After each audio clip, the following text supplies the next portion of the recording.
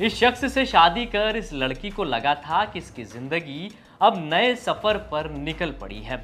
पति ने शादी से पहले बड़े सपने जो दिखाए, खुद को सिविल कॉन्ट्रैक्टर बताया, बिजनेस, पैसा, पावर की वजह से लड़की भी शादी के लिए मान गई। लड़की की मां बीजेपी से जुड़ी थी तो लड़के द्वारा दिया गया बायोडाटा पर भी शक नहीं किया गया। लेकिन शादी के कुछ ही समय बाद जो सच्चाई सामने आई, उसने लड़की और उसके परिवार वालों के पैरों तले जमीन खिसका दी। नमस्कार, मेरा नाम है गौरव जगताप और आप देखना शुरू कर चुके हैं अनकही। तो ये मामला इंदौर और नागदा से जुड़ा हुआ है। लड़की इंदौर की रहने वाली है और लड़का नागदा का। लड़के की मां नागदा में बीजेपी पार्षद भी है और सभापति भी। तो अब पूरा मामला बता देता हूं। बीजेपी नेत्री ने अपने पुत्र आदित्य की शादी 13 जनवरी 2024 को इंदौर की एक लड़की से कराई। शादी के वक्त जो बायोडाटा दिया गया था उसमें लिखा था कि लड़का सिविल कॉन्ट्रैक्टर है।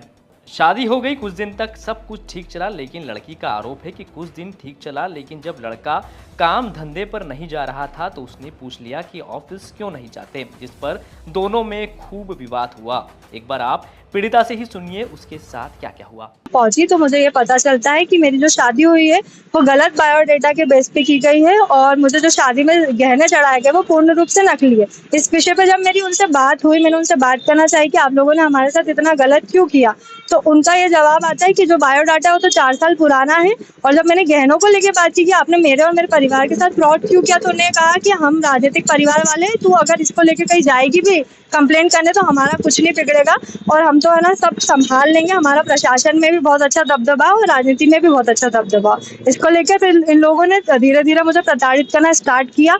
उसके बाद लगातार मुझे 10 लाख रुपए की डिमांड मुझसे करने लग गए किसी बब्बू राठी को देने के लिए, जिसमें ये कहा गया कि किसी बब्बू राठी को हमें 10 लाख रुपए देने हैं, जिसमें टैंकर को लेकर इनकी बात थी, वो तेरे माता पिता से लेके आ तो हम इसका काम धंधा डलवा देंगे। जब इस चीज का मैंने विरोध किया, इसके बाद से इनने मेरे साथ मारपीट करना, गाली गलौज देना और घर से निकालना शुरू कर दिया। ये सब चलता रहा। इन लोगों ने मेरे साथ 10 लाख की डिमांड लगातार की, जिसके चलते ये लोग मुझे 8 जनवरी के दिन इंदौर छोड़ने के लिए निकले, जिस दिन इन्हें मुझे पूरे दिन भूखा रखा और आते हुए रास्ते में पूरे टाइम मुझे भूखा रखा था और मारपीट की मेरे साथ और गाली गलौज की और चलती गाड़ी से धक्का देने की भी कोशिश की। ये सब होने के बाद ये लोग मुझे मेरे मायके छोड़ गए और यहाँ पर भी मेरे माता पिता के साथ गाली गलौज की और चले गए मुझे छोड़ के। जिसके बाद हम लगातार, मेरा परिवार और हम लोग ये चाह रहे थे कि बैठ के बात हो जाए। हम लोगों ने बहुत कोशिश की कि इन लोगों से संपर्क करें और संपर्क करने की कोशिश की।